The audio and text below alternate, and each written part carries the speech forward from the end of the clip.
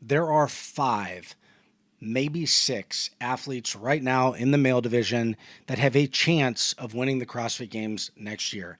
Anybody outside of that, the best they can hope for is podium, and even that will be difficult with the logjam at the top of the male division. Jason Hopper has the ceremonial title of fittest man on earth, and I can respect that while also saying he's not actually the fittest man on earth. And I've held this argument consistently in video after video after video, while respecting the title, as much as a contradiction as it might seem, for the last year and a half in defending James Sprague in his 2024 title. There's a difference between the title and the actuality of being the literal fittest man on earth. But you can have both. It can be attained. And I'm going to tell you right now who the actual fittest man on earth is, based on the data that we have. And while the CrossFit Games is the most important, it is not the sole piece of data that we have. This is the top 10 male athletes and how they will finish in the CrossFit Games 2026 going into this next season.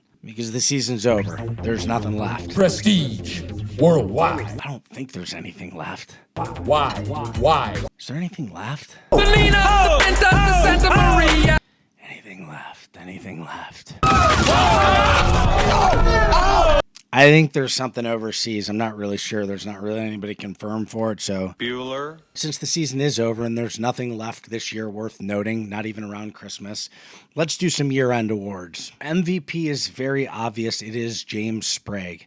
And if Jason Hopper had finished a little bit higher at some other events, he would definitely be the MVP because the CrossFit Games is weighted the highest, but James has consistently been the best. He won Wadapalooza. He took second on both the WFP tour stops against a field that looked like the CrossFit Games. And speaking of the CrossFit Games, he took third there. So he podiumed at the CrossFit Games, and then at Rogue, he took fourth, which is arguably his greatest accomplishment, knowing that everybody knows that Rogue skews heavy, and out of all the events, it's probably the one that he's least likely to do well at, and he still took fourth. Runner-up is Jason Hopper. Rookie of the Year is Ty Jenkins. Most Improved could also be Ty Jenkins. In fact, we'll make him the runner-up for Most Improved. But the person that I'm going with is Tudor Magna. After missing the games in 2024, he gets a top 10 in a stacked field, ending up in the 10th position.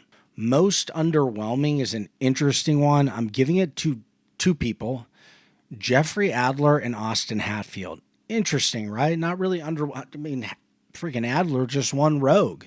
Hatfield took second at Wadapalooza.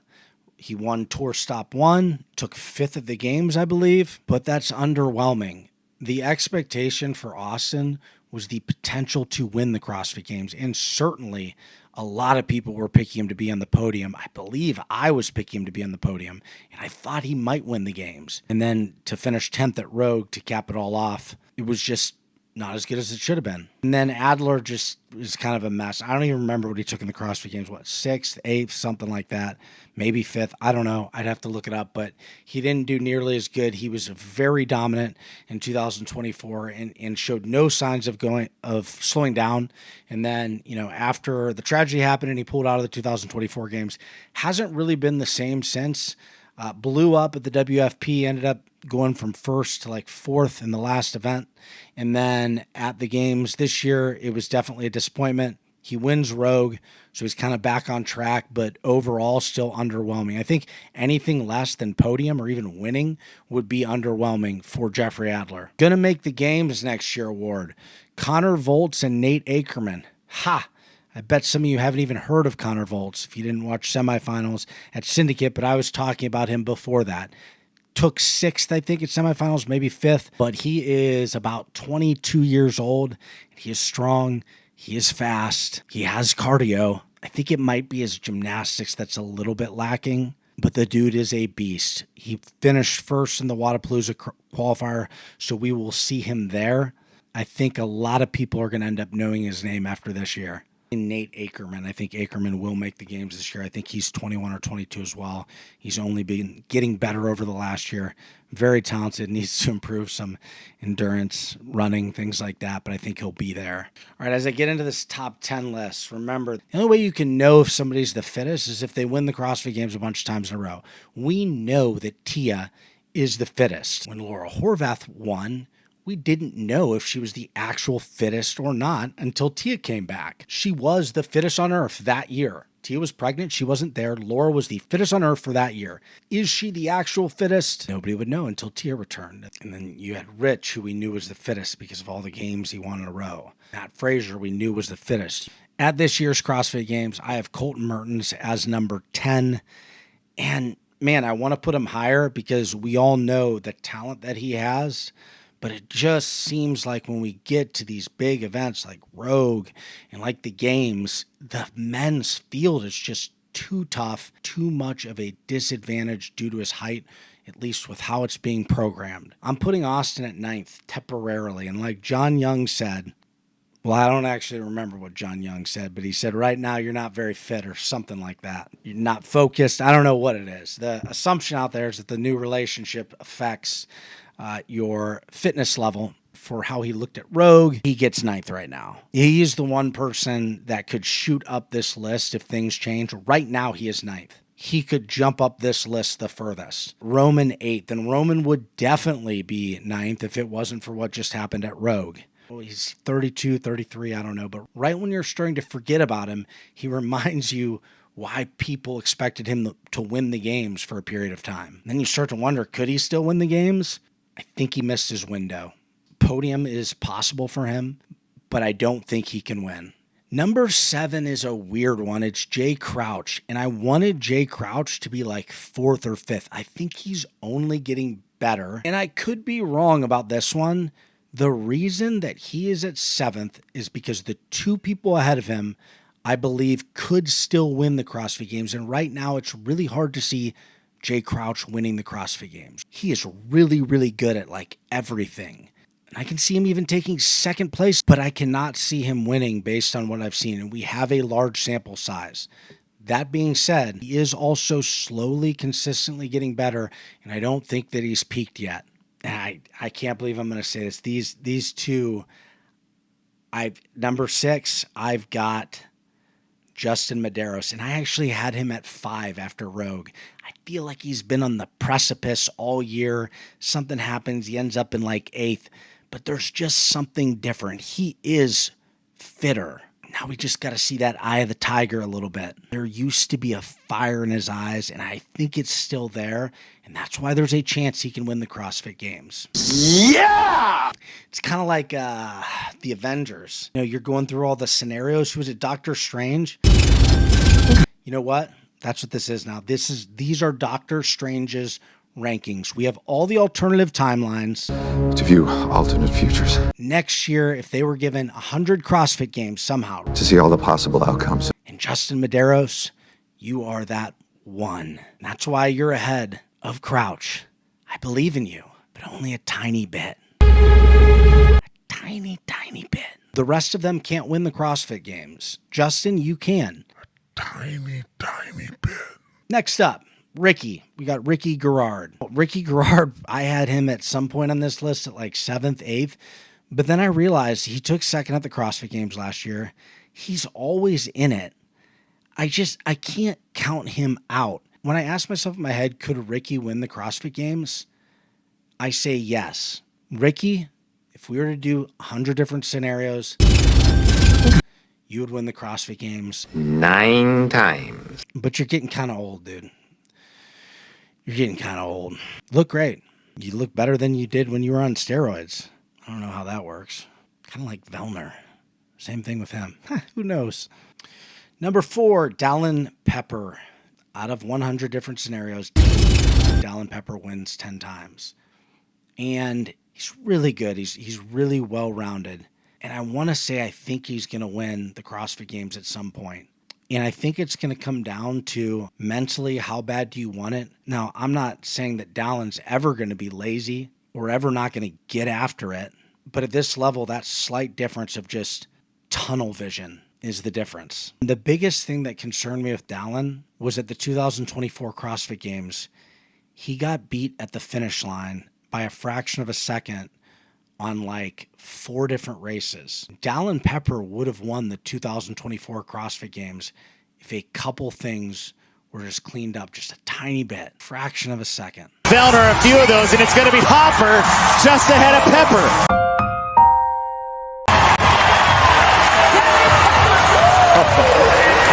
And a photo finishing Fellner and Pepper.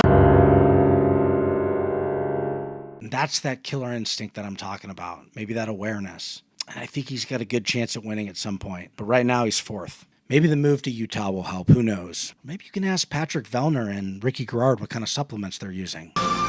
Number 3. It pains me to say Jeffrey Adler. Jeffrey Adler's very well-rounded. He's very good. And the biggest concern I think I had was him getting beat on the run by Ricky Garrard at Rogue. That one little thing was enough to make me question, is he fully back-end dominant, even though he's just won a huge event, or is he just really, really good, but not quite where he was? And I think he's just really, really good, not quite where he was. Because the dominant Jeff doesn't get beat by anybody on that run. I know Ricky Garrard is a good runner, but Jeffrey Adler is absolutely out of this world when he turns on the jets. Jeffrey Adler wins 20 times out of 100 in the alt universes. Number 2, Jason Hopper. Jason Hopper's a little bit more inconsistent.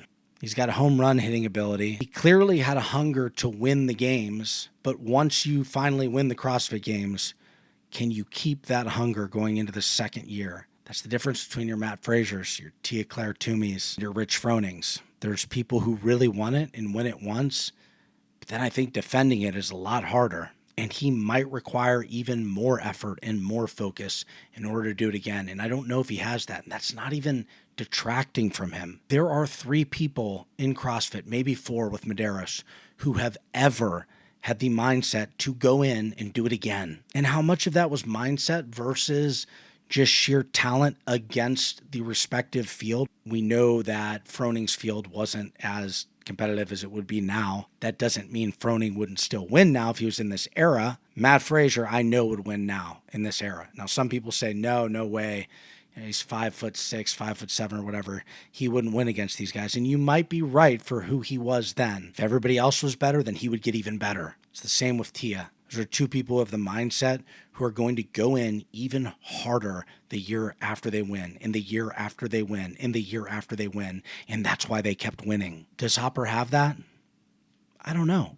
He wins 20 scenarios in Doctor Strange's Thanos snap scenario thing. And then number 1, no surprise here, particularly if you've watched my videos, James Sprague, number 1. And James Sprague wins 40 times out of 100. Now that sounds like a lot, but I want to give you some context here. 40 is not that high. 40 doesn't mean that we know you're the fittest man on earth. We know that you won the title of fittest man on earth in 2024, just like Jason Hopper was the fittest man on earth for 2025.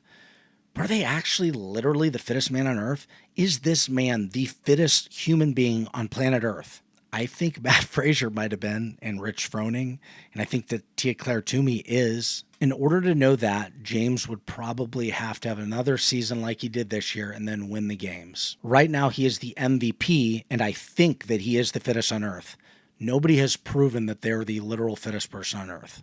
You have to do more than just win 1 games to do that. I hate to say it, but it's not a perfect test.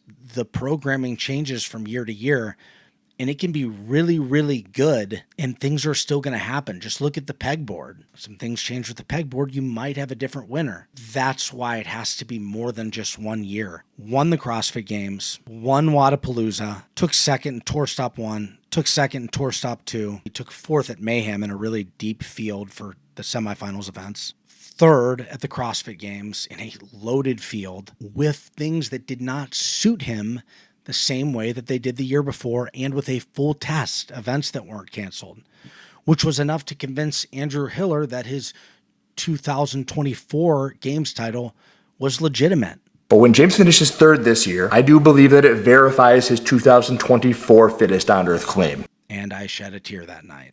My favorite CrossFit Games athlete, my favorite content creator. The force was in balance. When Andrew Hiller released his video saying that James really was the fittest man on earth in 2024 and that he wasn't just the fittest because it was the cardio games. Anywho, after that, he went to Rogue and he took 4th, which was the one event that everybody underestimated him again. Hiller had him in 7th. John Young had him in 15th or 12th or something absolutely insane. What you just said. On my video, I had him in 3rd. Am I biased? Yes, I'm biased. I'm the only one that has said James Sprague all along was going to do better than what people said. I said he was going to be top 10 when nobody else did in 2024. I was the closest to the actual place that he took at Rogue when I picked him 3rd on my video.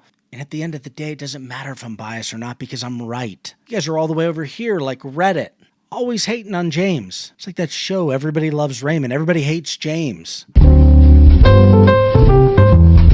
You don't do it on purpose, you do it accidentally. But what seems like bias for me is just bringing it back closer to the truth. And the truth is that if Doctor Strange went through 100 different scenarios, when Thanos slapped his little fingers... Snapped.